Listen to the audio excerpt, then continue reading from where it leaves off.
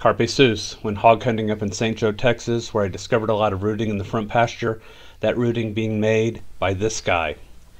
Now here I've made an approach to within about 100 yards or so of him, and I'm using my IR Hunter MKIII thermal sight. I really like this scope.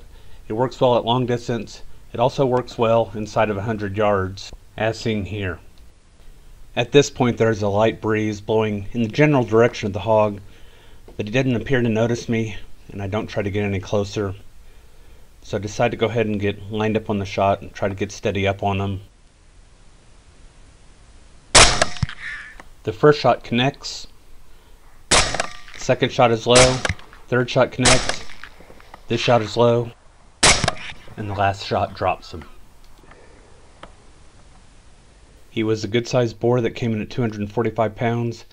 Got him dragged over to where he'd been doing some rooting in order to do the necropsy work. The first shot entered the top of the back, as you see here. And here's where I've trimmed back some of the skin. Here's the path of the bullet going through the body down to where the scalpel is, and that's where the bullet ended up resting, that you can see right there. This is the recovered bullet, and as you can see, it expanded quite nicely. Unfortunately, the path of the bullet was such that it only did soft tissue damage and stayed outside of the rib cage, not harming any of the vital organs.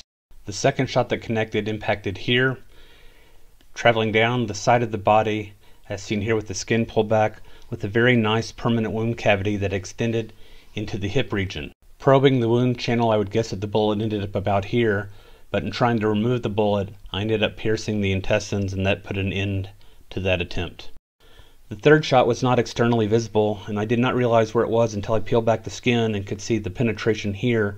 It actually went through the scapula, breaking it, through the ribs, and then into the body of the thoracic vertebra, breaking off a chunk of the body, and then down into the chest where it was not recovered. So far I've been impressed with the penetration of these 105 grain bullets.